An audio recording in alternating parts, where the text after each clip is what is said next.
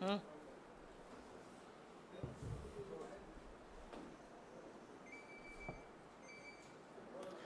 सबको मेरा नमस्कार। पहले हम 2 वीडियो देखेंगे और उसके बाद आगे की प्रेस वार्ता होगी।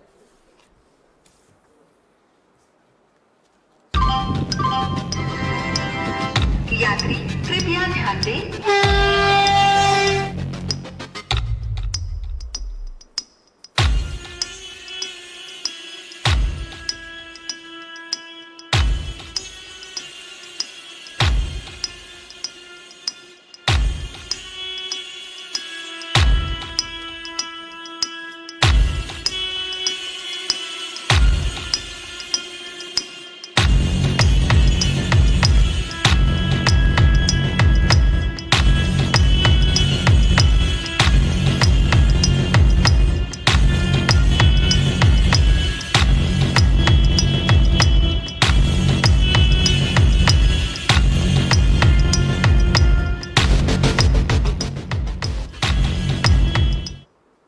कवच एक ऑटोमेटिक ट्रेन प्रोटेक्शन की टेक्नोलॉजी है। इसमें क्या होता है, मान लीजिए 2 ट्रेन्स हैं, दोनों ट्रेन्स अगर सेम ट्रैक पे अगर बाई चांस गलती से भी आ गई तो पास में आती है, उससे पहले कवच उसमें ब्रेक लगाएगा और उनको रोक लेगा, तो एक्सीडेंट नहीं होगा।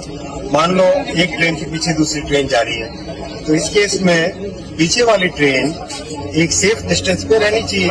अगर बाई चांस किसी भी कारण से ट्रेन अगर नजदीक आती है तो पीछे वाली ट्रेन में तुरंत कवच उसमें स्पीड कम कर देगा और उसमें ब्रेक लगा देगा। जैसे रेड लाइट है, तो रेड लाइट के पास में जैसे ट्रेन पहुंचे उससे पहले उस ट्रेन का कवच अपने आप उसे स्पीड को कम कर देगा, कम करके उसको रेड लाइट ऑन कर दीजिए। आप सबको मेरा नमस्कार। और मुझे लगता है कि देश में शायद ही कोई ऐसा हो जिसका रेल से जुड़ाव ना हो।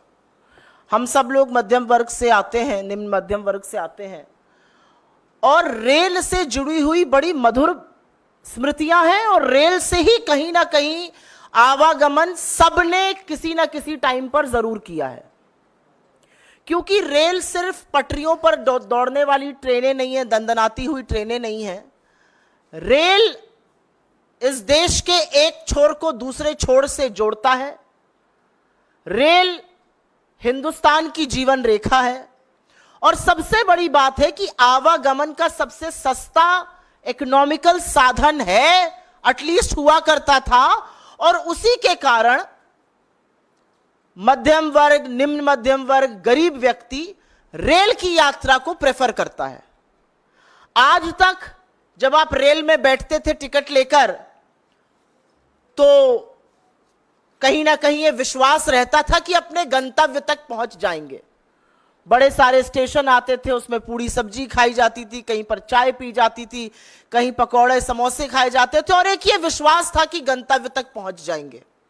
लेकिन आज जब रेल यात्री बैठता है तो उसके मन में शंका है कि गंतव्य पर वो पहुंचेगा या उसकी अर्थी और लाश पहुंचेगी। यह कीर्तिमान नरेंद्र मोदी जी ने और उनकी सरकार ने स्थापित किया है। मैं यहां पर आपको 2 तस्वीरें दिखाना चाहती हूं। यह तस्वीर ठीक 1 साल पहले इसी महीने जून की है। 2 जून 2023 को ओडिशा के बालासोर में भीषण ट्रेन हादसा हुआ था। करीब 300 लोगों की मौत हुई थी और 900 से ज्यादा लोग घायल हुए थे। पश्चिम बंगाल में कल फिर एक ट्रेन हादसा हुआ।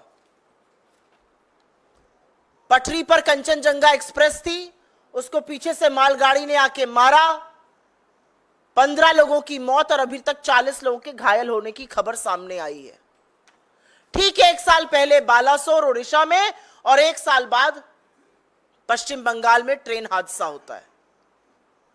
क्या बदला है 1 साल में? आज पूछना पड़ेगा ना कि 1 साल में क्या बदला है। लगातार ट्रेन हादसे हो रहे हैं और मैं एक सरकारी आंकड़ा आपके साथ साझा कर देती हूं। 1117 ट्रेन दुर्घटनाएं 2014 से 23 तक, और जानबूझकर 23 तक का ही आंकड़ा दे रही हूं, 31 मार्च 2023, क्योंकि ये हमारे आंकड़े नहीं है, आपके आंकड़े नहीं है, ये गवर्नमेंट ऑफ इंडिया के आंकड़े हैं। 1117 ऐसी रेल दुर्घटनाएं हुई हैं जहां पर जान और माल की नुकसान हुआ है। यह सरकारी आंकड़ा है, असल आंकड़ा इससे बहुत ज्यादा है। मतलब हर महीने 11 ट्रेन हादसे हुए हैं, हर 3 दिन पर एक ट्रेन हादसा हो रहा है और उसमें जान और माल की क्षति हो रही है। तो क्या बदला 1 साल में? इतना बड़ा बालासोर का ट्रेन हादसा हुआ, हम सब ने लाशों का अंबार देखा, परिवारों को उजड़ते हुए देखा, छोटे छोटे बच्चों को बिलखते हुए देखा। क्या बदला 1 साल में? बालासोर से पश्चिम बंगाल क्या बदला? क्या बदला 2014 से 2024 में? मैं एक सूची पढ़ देती हूं, आपको दिखा दिया, लेकिन छोटी सी एक सूची है। 2014 में गोरखधाम एक्सप्रेस डीरेल हो जाती है, 25 लोगों की मौत होती है। इंदौर पटना एक्सप्रेस का हादसा होता है, 150 लोगों की मौत होती है। कैफियत एक्सप्रेस में 70 लोग घायल हो जाते हैं। पुरी उत्कल एक्सप्रेस में 30 लोगों की मौत हो जाती है। बीकानेर गुवाहाटी एक्सप्रेस में 36 से ज्यादा लोग गंभीर रूप से घायल होते हैं, 10 लोगों की मौत होती है। बालासोर मैंने आपको बताया लगभग 300 लोगों की मौत और 900 से ज्यादा लोग घायल, और कल 15 लोगों की मौत और 40 लोग घायल। और ये मैंने सिर्फ कुछ आंकड़े बताए, 1117 ऐसे हादसे हुए हैं। तो जिम्मेदारी किसकी है? जवाबदेही किसकी है? इस देश में हमने वो भी मंत्री देखे हैं, अगर उनके डिपार्टमेंट में अगर रेल मंत्री रहते हुए ऐसे हादसे हुए हैं तो उन्होंने अपने पद से नैतिक जिम्मेदारी लेते हुए इस्तीफा दिया है। फिर वो लाल बहादुर शास्त्री जी हो, नीतीश कुमार रहे हो, माधवराव सिंधिया रहे हो, ममता बनर्जी रही हो, मधु दंडवते रहे हो, जॉर्ज फर्नांडिस रहे हो, सब लोगों ने नैतिक जिम्मेदारी लेते हुए इस्तीफा दिया है। लेकिन आज हिंदुस्तान का रेल मंत्री रील मंत्री बना हुआ है। नैतिक जिम्मेदारी छोड़ दीजिए, आज भी हादसे के वक्त रील कैसे अच्छी बनेगी उस पर चर्चा हो रही है। बालासोर के वक्त अश्विनी वैष्णव जी वहां पर आए, डाइव कर रहे थे, किसी के नीचे घुसकर झांक रहे थे, ट्रेन के नीचे घुसकर 2-4 टेसू बहा रहे थे। क्या किया आपने रेल को सुरक्षित करने के लिए? आप कल पहुंचते हैं वहां पर, आप रेल मंत्री हैं, आप गाड़ी से भी जा सकते थे, लेकिन वीडियो ज्यादा बेहतर तब आएगा जब आप जूम जूम जूम करके मोटरसाइकिल से जाएंगे। अच्छा वीडियो आ गया सामने, रील बना लिया आपने। अब आप बताइए, आपने 1 साल से इस देश में रेल को सुरक्षित करने के लिए क्या काम किया? उस रेल को सुरक्षित करने के लिए जिसमें इस देश का युवा, जिसमें किसान, जिसमें मजदूर, जिसमें मध्यम वर्ग अपने परिवारों के साथ चलता है, उसको सुरक्षित करने का क्या काम किया? लोगों के मन की आशंका कि भैया हम पहुंचेंगे या हमारी लाश पहुंचेगी, उसको दूर करने का क्या काम किया? कवच समझा रहे थे, अभी आपको मैंने दिखाया कुछ दिनों पहले। कवच प्रणाली आई है। कवच प्रणाली क्या करेगी? एक ट्रैक पर अगर 2 ट्रेनें चल रही होंगी तो पीछे वाली ट्रेन पर कवच से ब्रेक लग जाएगा, आपस में भिड़ंत नहीं होगी। क्या हुआ कल कवच का? ये क्या झुंझुने पकड़ाए जा रहे हैं देश को? 10 साल से रेल आवागमन का सबसे असुरक्षित साधन बन चुका है। लगातार जान और माल का नुकसान हो रहा है और लोगों को झुंझुने के नाम पर आपने कवच की बात कही। और ये क्यों हो रहा है? क्या एकदम से रेल फेल हो गई है? ये इसलिए हो रहा है क्योंकि नरेंद्र मोदी की सरकार और उनके मंत्री उदासीन हैं, अकर्मण्य हैं। उनको फर्क नहीं पड़ता कि गरीब गुर्बत में रहते हुए लोग, यंग लोग जो गाजर मूली की तरह भरकर रेल में आज जाने को मजबूर है, वो मर जाए, उनको फर्क नहीं पड़ता है। इसलिए ऐसा हो रहा है। आपके साथ एक और आंकड़ा साझा करती हूं, और ये मेरा आंकड़ा नहीं है, ये आंकड़ा खुद अश्विनी वैष्णव ने पार्लियामेंट में दिया है, यह आरटीआई के माध्यम से भी सामने आया है। 3,12,000 रेलवे के रिक्त पद पड़े हुए हैं और कर्मचारियों की इसी भारी समस्या से रेलवे जूझ रहा है। एक आरटीआई के मुताबिक, और ये आंकड़ा बड़े ध्यान से सुनिएगा, लोको पायलट, बहुत सारे जो रेल हादसे होते हैं जहां पर गलत सिग्नल पे दे दिया गया, एक ही ट्रैक पर ट्रेनें चल गई, कहीं कहीं मानवीय त्रुटि होती है और वो मानवीय त्रुटि लोको पायलट के कारण होती है। क्यों होती है यह भी समझ लीजिए। लोको पायलट के 70,093 पद स्वीकृत हैं, इसमें से 21% पद खाली पड़े हुए हैं। सहायक लोको पायलट के 57,551 पद स्वीकृत हैं, उसमें से करीब 8% खाली पड़े हुए हैं। ये वो पद है जो रेलवे को सुरक्षित बनाने के लिए, सुचारू रूप से चलाने के लिए, लोगों को अपने गंतव्य से, एक गंतव्य से दूसरे गंतव्य तक सुरक्षित पहुंचाने के लिए इन पदों का रोल होता है। और 21% ये पद खाली पड़े हैं। इसके चलते लोको पायलट के ऊपर बहुत भारी दबाव है। 12-12, 14-14 घंटे वो काम कर रहे हैं और इस तरह की त्रुटियां हो रही हैं। मैंने 4-5 दिन पहले पढ़ा, रेल मंत्री कहते पाए गए पुलिस बल का प्रयोग करो। ये जो भीड़ भाड़ हो रही है, ये भीड़ भाड़ अपने मन से नहीं हो रही है रेलवे में, क्योंकि आपने रेलवे को तबाह करने में कोई कसर नहीं छोड़ी है। पिछले 10 साल में रेलवे का जो हाल हुआ है, चाहे वो किराए में वृद्धि हो, और एक नहीं मैनीफोल्ड वृद्धि, जहां 800 का किराया था आज 2400 है। डायनामिक प्राइसिंग से कई बार तो रेल से कम किराया एयरलाइन का मिल जाता है। यह हाल आपने रेलवे का कर दिया है। क्यों ये लोग भीड़ भाड़ कर रहे हैं? कितनी किल्लत है ट्रेनों की, क्या अंदाजा है रेल मंत्री को? रेल मंत्री हवाई हैं। शायद वो महंगाई में, जैसे उनकी एक कोलीग ने कहा था मैं लहसुन प्याज नहीं खाता, वो कहते मैं रेल से नहीं चलता। चलिए रेल से, एक स्लीपर में बैठिए, 200 किलोमीटर की यात्रा करिए एक स्लीपर कोच में बैठकर, तब आपको पता चलेगा कि हिंदुस्तान की असली जनता, AC 3 में बैठ जाइए, आप AC 2 में बैठ जाइए, आपको पता चलेगा कि हिंदुस्तान की जनता किस तरह से आज आवागमन करने को मजबूर है। इतनी किल्लतें हैं ट्रेन की कि पिछले वित्तीय वर्ष में, वित्तीय वर्ष 2023 में 2,70,00,000 यात्री यात्रा का टिकट बुक कराने के पार यात्रा नहीं करा पाए, क्योंकि टिकट कंफर्म ही नहीं हुआ, सीट की किल्लतें थी। 2,70,00,000 लोग एक वित्तीय वर्ष में यात्रा नहीं कर पाए, उनका ट्रेन का टिकट वेट लिस्टेड था, वो रह गए। और यह निरंतर बढ़ रहा है। इसके पहले वाले वर्ष में यह संख्या 1,63,00,000 थी, वो बढ़कर 2,70,00,000 हो गई। तो कितनी किल्लत है ट्रेनों की, और कैसे लोगों को अपनी यात्रा कैंसिल करनी पड़ रही है, उसका एक प्रमाण यह भी है। एक बात जरूर बोलना चाहती हूं, और इसका मैंने जिक्र किया था 3-4 दिन पहले। मंत्री जी ने कहा पुलिस बल का प्रयोग करो। ये जो अनारक्षित लोग घुस जाते हैं, ये अपनी मर्जी से घुस रहे हैं, इनके पास कोई काम नहीं है। ये जो हमारे बच्चे अपनी परीक्षा देने जाते हैं, एक के ऊपर एक चढ़कर गाजर मूली की तरह इस गर्मी में, तपती हुई गर्मी में लोग टॉयलेट में बैठने को मजबूर हैं। कौन है ये लोग? क्योंकि आपने स्लीपर और द्वितीय श्रेणी के कोचेस को लगातार AC में कन्वर्ट करा। लोगों के पास इतना पैसा नहीं है कि वो AC कोच में चल सके। आपने ट्रेनें रद्द कर दी, ट्रेनों की संख्या खत्म करी, पैसेंजर ट्रेन की कम करी। उसके चलते आज आरक्षित डब्बों में अनारक्षित लोग जो जनरल टिकट लेकर आवागमन करते थे, वो बैठने को मजबूर हैं। तो उन पर बल का प्रयोग मत करिए, अपनी गलती को स्वीकारिए। मैं जानती हूं कि लोगों को असुविधा होती है, लेकिन उस असुविधा का कारण आप हैं। और क्योंकि रेलवे सुरक्षा की बात हो रही है, तो थोड़ी बात हो जाए कि सरकार कर क्या रही है। ऐसा नहीं है सरकार के पास फंड नहीं है रेलवे सुरक्षा के लिए। इनफैक्ट CAG ने बताया है कि राष्ट्रीय रेल संरक्षा कोष RRSK में 20,000 करोड़ रुपए आने थे। 15,000 करोड़ रुपए केंद्र सरकार देती, 5,000 करोड़ रुपए रेलवे अपने रेवेन्यू से देता।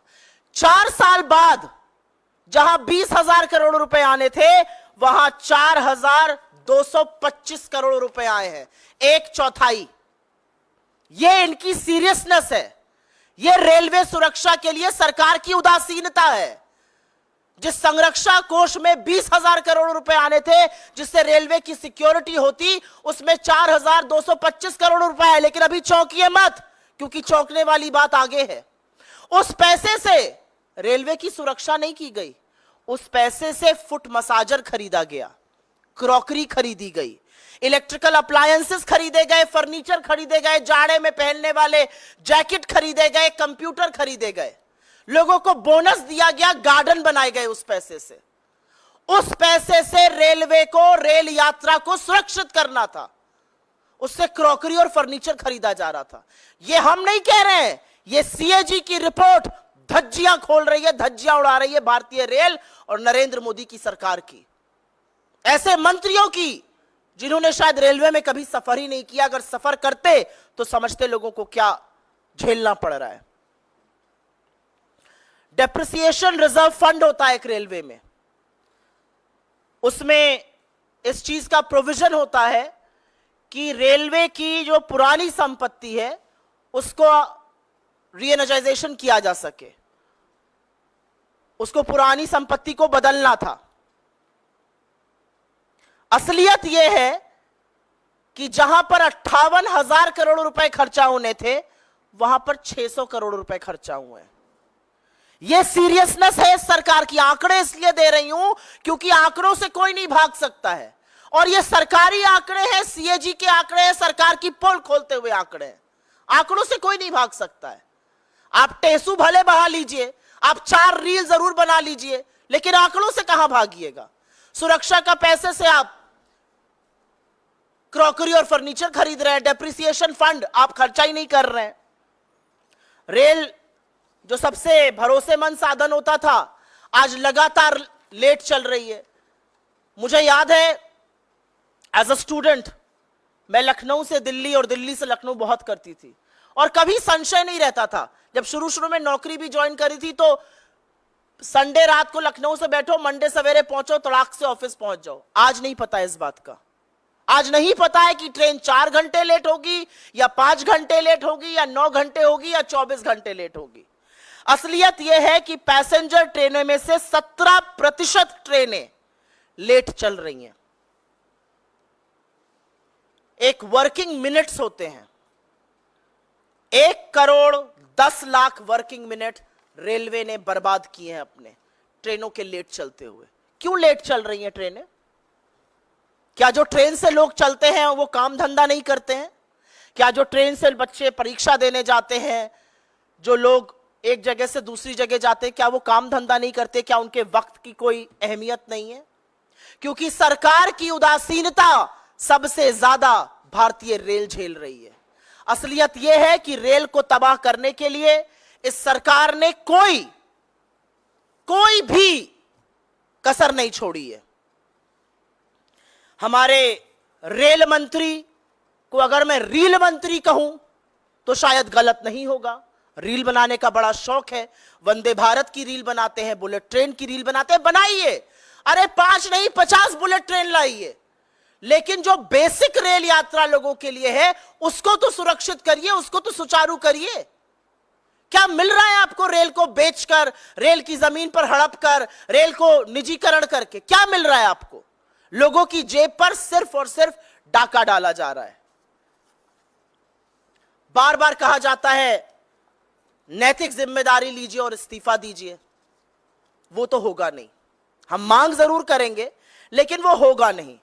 और इसलिए नहीं होगा क्योंकि अगर नैतिकता होती तो ब्रजभूषण शरण सिंह को गोदी में नहीं बिठाए रखते। अगर नैतिकता होती तो अजय मिश्र टेनी को मंत्री बनाकर नहीं रखते। अगर नैतिकता होती तो प्रज्वल रेवन्ना के प्रचार में नहीं जाते। अगर नैतिकता होती तो इतनी निर्णायक नैतिक हार के बाद नरेंद्र मोदी इस देश के प्रधानमंत्री नहीं बनते। So what is happening in this government is essentially flowing from the top. असलियत यह है कि प्रधानमंत्री पद पर रहते हुए व्यक्ति ने रेल को बर्बाद करने में कोई कसर नहीं छोड़ी है, और रही सही कसर जो है वो अश्विनी वैष्णव पूरी तरह से लगकर पूरी कर रहे हैं। I will very briefly make some of the statements in English on this. Railways is perhaps the most preferred mode of transport as far as India's middle class, lower middle class and the poor are concerned, simply because it is the most economical means of transportation. I am showing you 2 pictures here. One of Balasore in Odisha exactly a year back in June 2023, and here is another picture of Kanchenjunga Express which met with an accident in West Bengal yesterday, killing 15 people and injuring 40 others. 1,117 rail accidents, according to the government data, have happened in the last 9 years, from 2014 to 2023, which means an accident every 3 days. And these accidents have resulted in loss of life and property. There is a list of accidents that I can keep going on, but who is responsible? Who is going to take the moral responsibility for this? We've seen railway ministers in the past own up to moral responsibility, resign from their positions of influence and power. But here we have a railway minister who does not miss an opportunity, even in the time of plight, even in the time of tragedy, to make reels. He is not the rail minister, he's actually the real minister of India. And even when he went to Darjeeling, even when he went to the site in West Bengal yesterday, he was riding pillion on a bike. Why? Without a helmet? So that he would be better captured in a video? Is that what your priority is? Because quite frankly, the Kavach protection scheme that you spoke about has completely failed this country and has failed the Indian Railways. What explains the 3,12,000 vacancies in the Indian Railways? What explains the 21% vacant positions for loco pilots? People responsible to run the railways safely. And it is because there are human errors, tragedies and accidents like this happen. They are made to work extra hours, sometimes 12, 14, 16 hours a day. How do you expect railways to be safe? The reality also is that funds that were earmarked for the safety of Indian Railways, the Railway Rail Sanraksha Kosh, was earmarked with 20,000 crore worth of funds. 15,000 crore will come from the central government, 5,000 from Railways internal accruals and revenues. They have been able to amass only 4,225 crores, and the reality is even that money has been spent on procuring crockery and furniture, making gardens, buying foot massagers, computers, escalators. Is this your priority? There's a depreciation reserve fund. Out of 58,459 crore that was supposed to be utilized, you've utilized only 600 crore. What is your priority? You have an issue with overflowing coaches with people, but why are they there? Because there are not ample number of trains. 2,71 lakh people could not travel the last fiscal because their tickets did not get confirmed. Why did they not get confirmed? Because there are no adequate seats, there is no adequate rail facility available.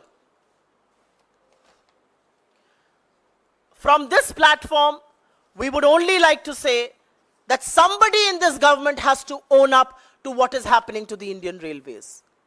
The insecure travel of Indian Railways is a huge cause of concern for common masses of this country who prefer traveling by railways because it is economical. I do believe that Ashwini Vaishnav's priority should be railways, but Ashwini Vaishnav को rail को बर्बाद करने के लिए उनकी पदोन्नति हुई है. पिछली बार वो रेल और आईटी मंत्री थे, इस बार उनको आईएनबी भी दिया गया, पुरस्कार दिया गया, मेडल पहनाया गया है. और तेजी से बर्बाद करो रेलवे को, उससे ज्यादा तेजी से हम निजीकरण करेंगे. ये असलियत है. आपके सवालों का स्वागत है. रेल पर अगर रहेंगे तो अनुग्रहित रहूंगी.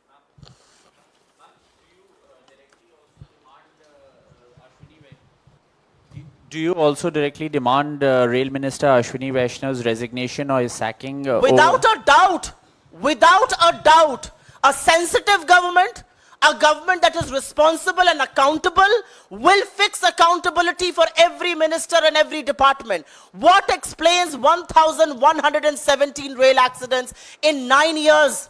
From 2014 to 2023, I'm not even including the big ones like Balasore and what has happened yesterday. Who is accountable for that? What did Ashwini Vaishnav do to not just modernize but make the railways secure from June last year in Balasore to June this year in West Bengal?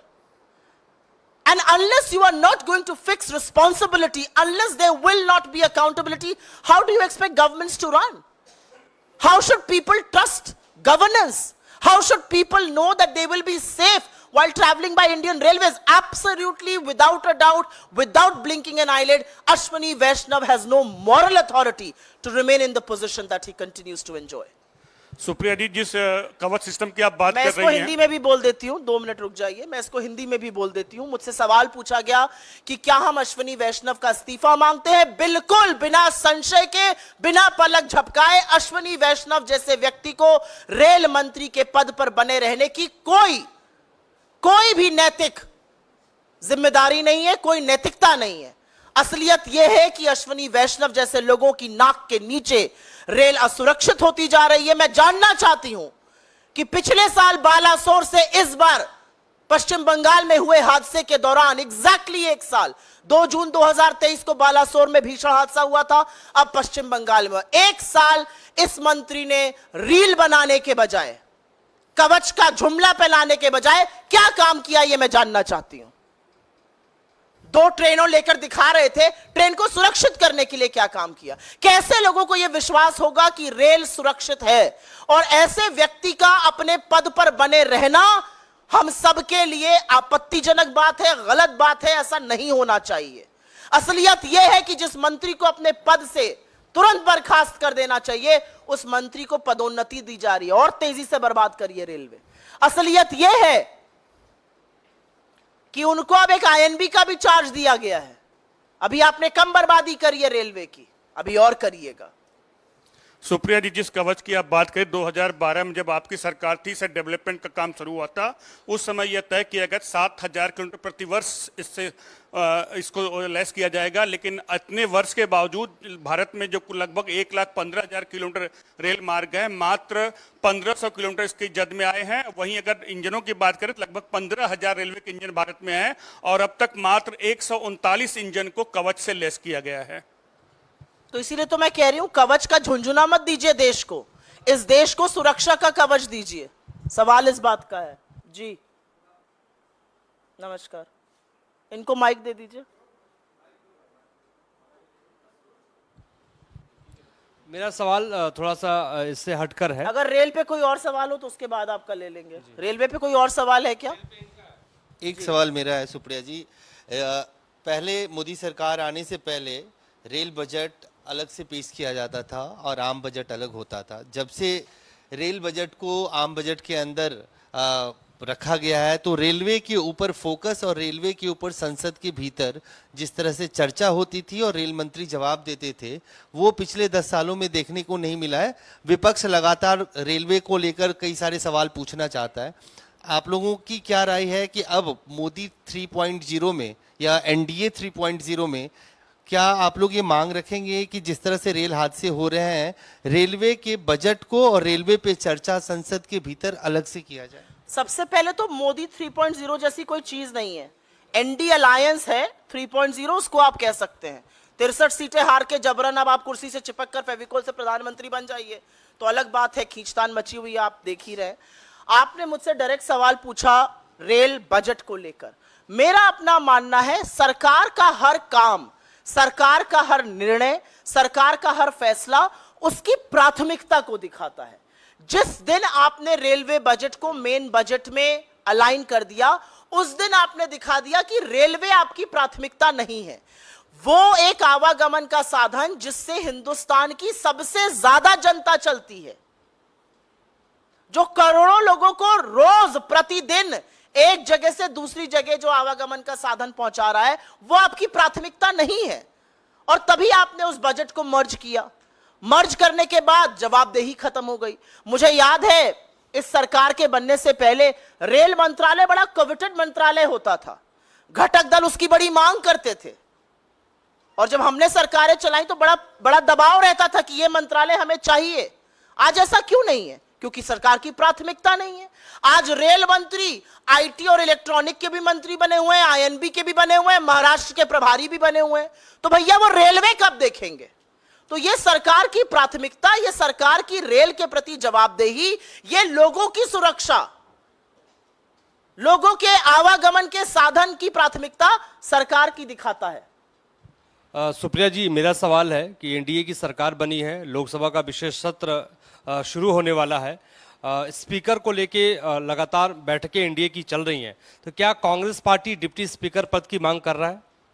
ये Congress party की जो decision making body है, Congress parliamentary party, हमारी नेता वहां पर श्रीमती सोनिया गांधी जी, हमारे अध्यक्ष खरगे जी और हमारे बाकी वरिष्ठ सहयोगी डिसाइड करेंगे। जैसे ही डिसाइड करेंगे आपको सूचित किया जाएगा। नहीं सुप्रिया जी, उसमें सवाल ये भी है कि स्पीकर या डिप्टी स्पीकर, कि डिप्टी स्पीकर अभी तक चल रहा है कि एनडीए दोनों पद अपने पास रखेगा। क्या डिप्टी स्पीकर पद पे बात बन जाती है तो आप लोग मान जाएंगे, या स्पीकर पद के लिए अपना कैंडिडेट? देखिए, मैं आपको एक बात बता देती हूँ। अब क्या होगा सदन में, हमारी कांग्रेस पार्लियामेंट्री पार्टी, हमारे चुने हुए सांसद, बाकी लोग क्या डिसाइड करेंगे ये मुझे नहीं पता। लेकिन मैं आपको एक बात बता सकती हूं कि कुर्सी की पेटी बांध लीजिए, क्योंकि सदन का तापमान जबरदस्त बढ़ने वाला है। अब सदन उस जबरन, उस तानाशाही से नहीं चला पाएंगे जो पहले चलाते थे। कोई फर्क नहीं पड़ता स्पीकर कौन बने और डिप्टी स्पीकर कौन बने। राहुल गांधी के 14 मिनट के वक्तव्य में 11 मिनट आपको स्पीकर अब नहीं दिखेंगे, यह मैं आपको कह सकती हूं। और यह लोकतंत्र की ताकत है। यह जनता ने मैसेज दिया है कि अगर राहुल गांधी जी 14 मिनट मणिपुर पर बोलेंगे तो 11 मिनट ओम बिरला की शक्ल हम नहीं देखेंगे, हम राहुल गांधी को देखेंगे। तो यह होने वाला है। सदन में जिस सदन में राहुल जी को नहीं संभाल पा रहे थे, वहां पर अब प्रियंका जी आने वाली हैं। इंडिया गठबंधन के बड़े बड़े प्रबल नेता, प्रखर वक्ता सब आने वाले हैं। क्या होगा बेचारों का? तो मुझे तो उनको अपनी अग्रिम सिंपैथी, अपनी अग्रिम कंडोलेंसेस बीजेपी को मैं देना चाहती हूं। अब सदन उस गुंडई से और उस तानाशाही से नहीं चल पाएगा।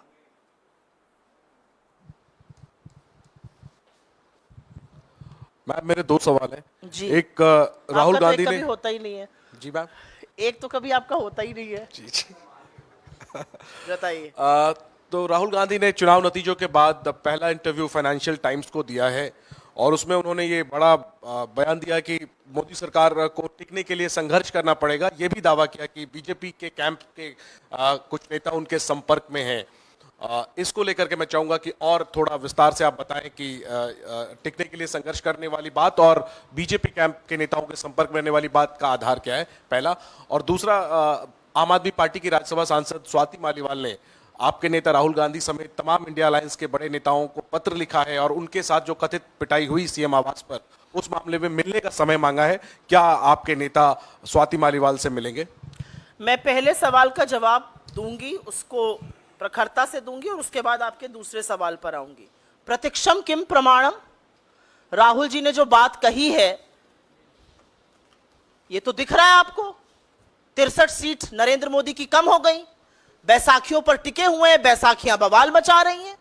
पहले दिन उनके घटक जल जेडीयू ने कहा अग्निवीर जाना चाहिए, उसके बाद उन्होंने कहा जातिगत जनगणना होनी चाहिए। टीडीपी ने कहा हम डंके की चोट पर 4% मुस्लिम आरक्षण लागू करेंगे। वो कह रहे हैं बार बार पेगासस की जांच हो। राजभर जी जाकर, जो उनके घटक दल है यूपी में, हर जगह जाके कह रहे हैं मोदी और योगी की वजह से हार गए। अरे घटक दलों को 2 मिनट छोड़ दीजिए। जो आइडियोलॉजिकल फाउंटेन हेड है, जो सैद्धांतिक विचारधारा से जिसकी नाड़ी जुड़ी हुई है, आरएसएस पाठ पढ़ा रही है कि विरोधियों को प्रतिपक्ष में अपना दुश्मन मत समझिए। वो पाठ पढ़ा रहे हैं कि आपके अभिमान के चलते भगवान राम ने आपको 200 के ऊपर कुछ सीटों पर रोक दिया। वो पाठ पढ़ा रहे हैं कि मणिपुर जल रहा है, उसका त्वरित फैसला होना चाहिए। तो बैसाखियां बवाल मचा रही है, वो एक पिक्चर है। अंदर जो अंतर विरोध है वो दूसरा है। आप लोगों से क्या छुपा है? आप लोग तो सब जानते हैं। छापिए भले नहीं, बोलिए भले नहीं, आप जानते हैं किस तरह की तलवारें ठनी हुई हैं अमित शाह जी और योगी आदित्यनाथ जी में। सबको पता है क्या हो रहा है। सबको पता है कि किल से हुए लोग जिनको मंत्रालयों से निकाल दिया गया, उसमें कितना विरोधाभास चल रहा है कि the issue with in the BJP is brewing. तो ये सारे जब ऐसी हरकतें होती हैं तो हमें दिखता है कि मजबूर सरकार है, हर जगह खींची जाएगी। मैं तो डंके की चोट पर हर बार एक सवाल पूछती हूं, नरेंद्र मोदी ने इस बार के चुनाव में इतना गलत वक्तव्य दिया जो आज तक किसी राजनेता ने नहीं दिया था। इस देश के प्रधानमंत्री ने चुनावी मंच से मुजरे शब्द का प्रयोग किया और एक ऐसे झूठ पर किया जिसको वो लगातार प्रचारित कर रहे थे। अब हिम्मत है कि बुलाएं चंद्रबाबू नायडू को और कहें आप जो मुजरा कर रहे हैं। तो इसीलिए हमारा कहना है कि सरकार जो है वो बहुत आशंका में है। सरकार विरोधाभास से घिरी हुई है, अंतर्कलह मचा हुआ है और हम मूक दर्शक बन के नहीं देख रहे हैं, बस ये आपको बताना चाहती हूं। दूसरा, आपने एक सवाल पूछा एक पर्टिकुलर महिला को लेकर। मुझे ऐसा लगता है दिल्ली पुलिस इसकी तफ्तीश ऑलरेडी कर रही है। जो मामला सुरक्षा एजेंसीज के पास है, दिल्ली पुलिस देख रही है। उसमें नहीं लगता कि हमें कोई इंटरफेरेंस अभी करने की जरूरत है। एक पार्टी का आंतरिक मामला है और अब उसमें पुलिस भी इन्वॉल्व है, तो मुझे ऐसा लगता है सुरक्षा एजेंसीज को अपनी जांच करनी चाहिए।